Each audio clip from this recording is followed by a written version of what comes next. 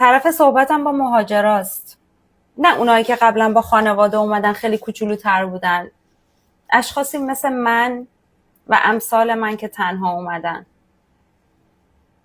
مهم نیست تو چند کیلومتری خونه ای یا فرسنگ ها دور از خونه یا 1 سال 2 سال 10 سال 20 سال 50 سال دور از خونه ای.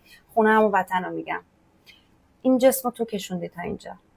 با حواشی هم کاری ندارم آی فلانیه که فلان فلان شده، اگه نبود من الان اونجا بودم نه، ما اگه اونجا هم بودیم حالمون بد بود. این جسم حق انتخاب نداشته، تو اینو کشوندی تا اینجا. افسردگی اومد سراغش، افکار منفی اومد سراغش، همه رو دور کن. این خوره های مغزتو از خودت دور کن، نذار رخ نکنه تو کل وجودت، نذار بره تو قلبت، حواست بهش باشه. این تن و جسم و تو کشوندی تا اینجا، اذیتش نکن.